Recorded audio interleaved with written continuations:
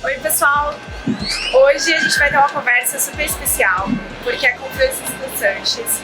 Ele foi um dos palestrantes do meu painel aqui no South by Southwest e é muito legal porque ele trabalha com a coleta de dados na prefeitura de Houston, aqui no estado do Texas. Então o Francisco, ele é responsável, ele é o diretor assistente pelo departamento de emergências no Harry County, no condado de Harry, que fica na cidade de Houston. Então ele tem um olhar muito apurado sobre como usar os dados para a questão de cidades inteligentes. So, thank you Francisco for having us to have this talk with us about smart cities and data.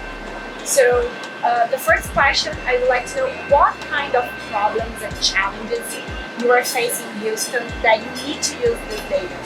One of our challenges is we've had more flooding in recent history than we've had in a long time. In the past 6 years, we've had 5 presidentially declared disasters. We also had Hurricane Harvey. And so for us, we want to make sure that we alert the public about emergencies, where the flooding is happening, where our bayous are out of banks, where the rain is happening. So for us, people are accustomed to telling them that it's going to flood or where it's flooding. And we really need to move beyond that to tell people where it's going to flood. So the sooner people have that information, the safer they will be. And so we're looking at ways to capitalize on data to be able to do that in an automated way to be able to do that. So more they have information about their cities, more they're safer inside their cities, right? Yeah, there's 3 things you need to do for disasters. Have a plan, have a kit, and stay informed. And stay informed is more than just having the information about what to do during an event, but what's happening, where is it happening, and what are the expected impacts. And so that's important for us on our bayous so that people know where the water is going to go out of banks or direct homes. It's important for transportation so people know where high water is on area roadways and where we expect that to happen. And so that's one of the challenges. Hurricane Harvey was unique for us. We've had flooding on a regular basis in Harris County, but they've been very isolated events. The things that we look at as emergency managers are duration and intensity. That is for how long is it going to rain and how much is it going to rain. And we've been able to have emergency information now because that's in a very defined area. Harvey was a 10,000 square mile footprint. So it was very difficult for us to be able to get precise information to those very specific locations over that kind of a territory. It's a lot of information to produce and people have to consume it. So for us now we need to look at the intensity, the duration, but also the coverage. And so if we're going to take on the responsibility that we really have in providing that information, I think automating that, using the data from bayou, using the data from the Weather Service in our streets to be able to do that automatically, but also at social science. Could you explain just a little bit, like you were talking about, like the difference about the social media platforms, that the way we write and we share information, that we are not the same. Like when we're using Facebook, Instagram, Twitter, how this is different and how this affects the way how we interact with the cities. Sure.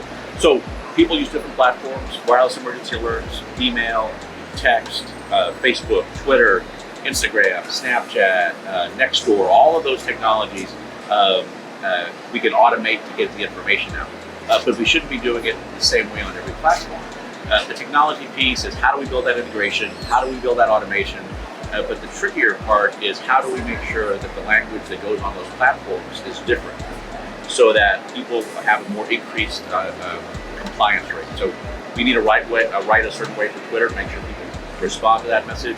Twitter is only a limited number of characters, so how do we do that?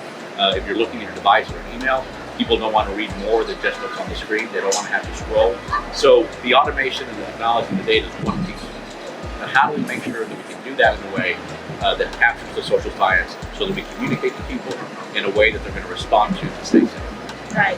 And here from South by Southwest, what ideas of trends you are taking to Houston? A lot of new relationships, and hopefully we can leverage those into partnerships. There's a lot of organizations trying to get into the disaster space. Uber, for example, is one of those. So that's somebody there that we can work with. Meeting with Facebook and Twitter colleagues here to see how we can collaborate during crisis. And really it's about those partnerships, and that's probably the biggest thing that we take away. But it's always nice to come and see what innovative ideas there. You know, so sometimes government's slow to adopt some of the emergency technologies, but the sooner we know what's coming down, the quicker we can be able to respond, start to adapt those, and adopt those as well moving forward. Right, more efficient, Exactly. right, for like how we manage the city. Exactly. Very nice. So my last question is, what is your advice for young urbans? My advice for young urbans is technology is great, data is awesome. That world of ones and zeros where you can create something happening in the background that people use on their phones or their laptops or their mobile devices, that's phenomenal. But at the end, disasters are social events. It can rain 50 inches, but if it doesn't impact people and their lives and their property, it's really not a disaster. In the end, sometimes we need to understand technology and devices are wonderful, but you still need to be able to communicate people in a social way.